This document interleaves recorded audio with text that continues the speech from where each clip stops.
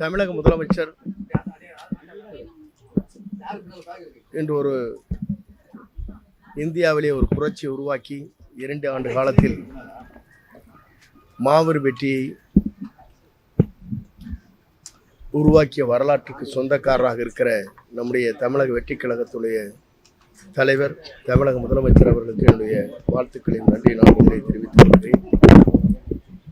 இன்று என்னோடு மாண்பு அம்மாவோடு பல்வேறு பயணங்களை செய்கிற போது அவர்களுக்கு தனியார் நிறுவனத்தின் மூலமாக விமானம் ஹெலிகாப்டர் போன்றவைகளை வழங்கிய நண்பர்களுடைய நிகழ்ச்சியிலே கலந்து கொள்வதிலே நான் மகிழ்ச்சி அடைகிறேன். குளோபல் ஸ்கூல் ஏவியேஷன் என்ற முறையில் 30 விமான நிலையங்களை அவர்கள் தேர்வு செய்து இன்று தமிழ்நாட்டில் முதலாக அதிலே பணியாற்றக்கூடிய அனைவருக்கும் பயிற்சி அளிக்கின்ற ஒரு நிறுவனமாக இந்த நிறுவனம் துவங்குகிற வாய்ப்பு எனக்கு கிடைத்தமைக்கு உண்மையிலேயே மற்றற்ற மகிழ்ச்சி அடைகிறேன். விமான பயணம் என்பது விரைந்து ஒவ்வொரு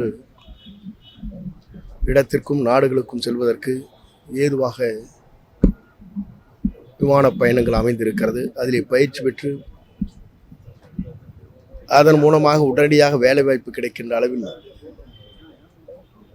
இந்த பயிற்சி மையம் அமைந்திருக்கிறது. ஸ்கூல் குறிப்பாக இதிலே பயிற்சி பெறுகின்ற 6 மாதம் ஓராண்டு காலத்திற்குள் உடனடியாக வேலைவாய்ப்பு உத்தரவாதம் அவர்களுக்கு கிடைக்கிறது. இது ஒரு மகிழ்ச்சி இருக்கிற ஒரு நிலை.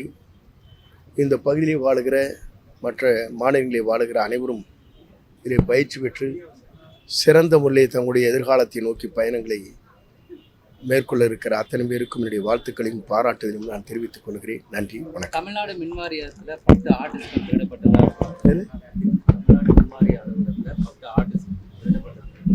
இதெல்லாம் அமைச்சர்கிட்ட கேட்க வேண்டிய கேள்வி. சார், கடுமையான விமர்சனங்களை முன் வச்சிருக்காரு. தலைவர் எந்த ஒரு செய்தியாளர் சந்திக்கிறது இல்ல அது நான் தனியா பேசுறேன்.